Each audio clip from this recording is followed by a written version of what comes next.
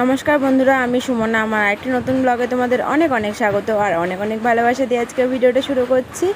সকালবেলার বাসি কাজ সেরে নিয়ে দেখো ঘরে চলে এসে এখন তোমাদের আবার বাজার নিয়ে আসলো, একটু দেরি হয়ে গেছে বাজার করতে।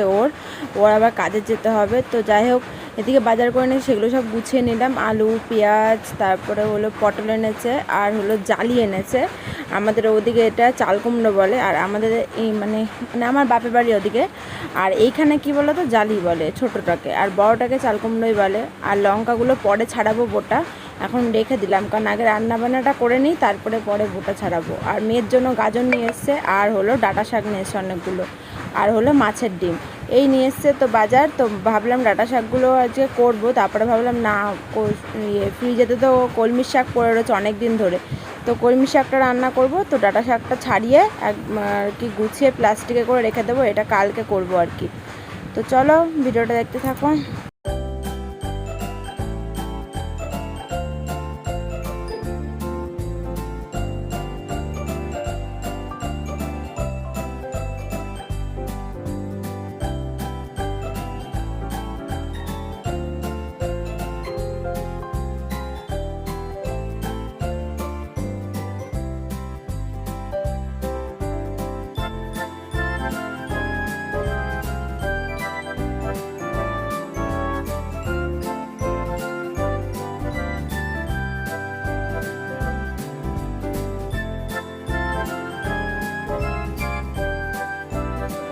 দেখো কাঁঠালের বীজ সেদ্ধ বসিয়ে দিয়েছি আর কি, তো নুন দিয়ে সেদ্ধ করে নিচ্ছি। কাঁঠালের বীজটা আজকে বাটবো আর কি। এদিকে সেদ্ধ হোক, আর এদিকে হলো তোমাদের হয়তো মাছের ডিম নিয়ে এসেছে, তখন তো তোমাদের বললামই। আর বাবা এই যে বাড়িতে না এত বৃষ্টি হয়েছে কালকে, এই যে কই মাছ ঢুকেছিল, এই যে 3টে পিস, মানে তিনটে মাছ, 3টে পিস বলছি, যাই হোক 3টে কই মাছ ঢুকেছিল। তো বাবা আবার এই 3টে কই মাছ ধরেছে, তো ভাবছে 3টে কই মাছ দিয়ে আবার ডাটা ফ্রিজ থেকে আবার বের করা লাগবে। ডাটা দিয়ে পাতলা করে আলু, মানে অল্প কটা আলু দিয়ে পাতলা করে ঝোল করে রাখি। আর ডিমটাকে মাছের ডিম তোমাদের ভাই নিয়ে এসে সেটা ধুয়ে ফ্রিজে তুলে রাখি, এছাড়া কোনো বুদ্ধি নেই, এটাই করি। আর কি রান্না করবো দাঁড়া, ব্যাক ক্যামেরা করে দেখ। শাক কুচিয়ে রেখেছি, কলমির শাক রান্না করব আজকে। এই রান্না বান্না চলো ঝটপট করে সেরে ফেলে। আগে কাটার মেয়ে ঘুমালো মাত্র, বাইরের কাজটা সেরে তারপরে ঘরের কাজ ধরবো। চলো আবার পরে কথা হচ্ছে। কালকে মেয়ের জিনিস কাচাকুচি করতে পারিনি বৃষ্টির জন্য, আজকে এখন করতেই হবে কারণ অনেকটাই আর কি জমে গেছে জামা কাপড়ে এক গাদা।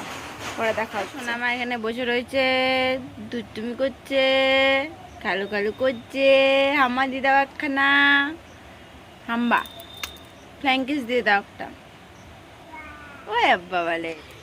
এদিকে আমার রান্না বান্না হয়ে গেছে, এই যে বাটলাম আর কি ওই কাঁঠালের বীজ, এখানে ভাত রয়েছে, আর এই যে শাক ভেজেছি, তোমার দাদাভাই খেয়ে গেছে, আর আমার এখনো খাওয়া হয়নি, তোমার দাদাভাই দুগোশ খাইয়ে দিয়ে গেছে, তো ওইটাই। আর এই যে এই 3খানা মাছ না বাড়ির থেকে ধরেছে, সেটা হলো মার বাড়ি, শাশুড়ির বাড়িতে আর কি জলের ঢেউয়ে চলে এসছে পাশের পুকুরটার থেকে।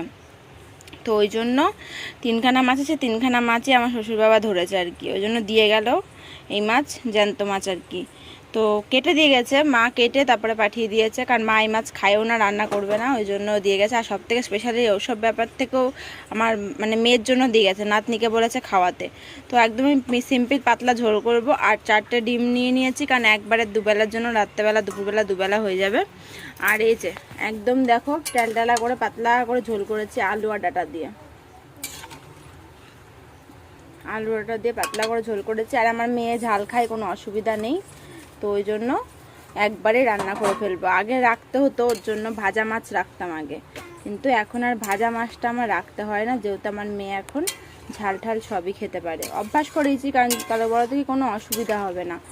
ওই জন্য ঝাল ঠাল সবই মুখে দিতে দিতে, প্রথমবার যখন দিয়েছিলাম তখন চিৎকার করে উঠেছিল, তারপর আস্তে আস্তে সব সয়ে গেছে আর কি, এখন খেতে পারে ও। তো যাই হোক সব দিয়ে দিলাম, এটা একটু ফুটলেই আর কি মাছের ঝোলটা হয়ে যাবে। আজকে এই একদম পাতলা ঝোলই থাকবে মাছ।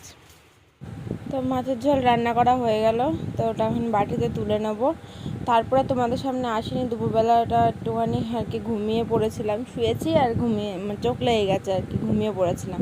তো দাদাভাই আর কি মালগুলো ভাঁজ করতে হবে, আর আমি এদিকে ঘুমিয়ে পড়েছি। কি আর করা যাবে, ঠান্ডা ঠান্ডা ওয়েদার পড়েছিল তো ওই জন্য একটুখানি চোখ লেগে এসছে। তো যাই হোক, এদিকে তারপর রান্নাবান্না করে সব মানে মাজা ঘষা সব সেরে নিয়ে তারপর একটু রেস্ট নিয়ে তারপর তোমার দাদাভাই আসলো কাছ থেকে। তারপর তোমার দাদাভাই ভাঁজ করতে বসেছে, তারপরে আমি হাতে হেল্প করতে বসলাম। তারপর তোমার দাদাভাইয়ের জামা কাপড়গুলো সব একসাথে ভাঁজ করে নিয়ে তারপরে ঘরের জামা কাপড়গুলো পরে গিয়ে ভাঁজ করেছে। দেখো তোমার দাদাভাই ভাঁজ করছে, তো আমিও ভাঁজ করে দিয়েছি। দেখো ভাঁজ করা হয়ে গেছে সবই, শুধু এইটা একটুখানি টান টান করে ভাঁজ করে ফেলছে। জামা কাপড়গুলো না একটু মুড়িয়ে মুড়িয়ে গেছে, একটাই কারণ ওই যে বৃষ্টির মধ্যে সব চেপে চেপে নিয়ে এসছে না, ওই জন্য একটু মুড়িয়ে মুড়িয়ে গেছে।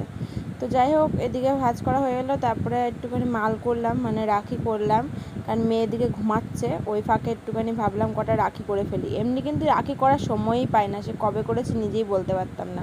অনেক দিন পরে আজকে বসলাম, তো ফুল রাখি এসে তো এটাই করছি। চলো বন্ধুরা, আজকের মতন ব্লগটা এখানেই শেষ করছি। নেক্সট দিন আবার দেখা হবে নতুন ব্লগের সাথে। সবাই সুস্থ থেকো, ভালো থেকো। আজকের মতন সবাইকে টাটা।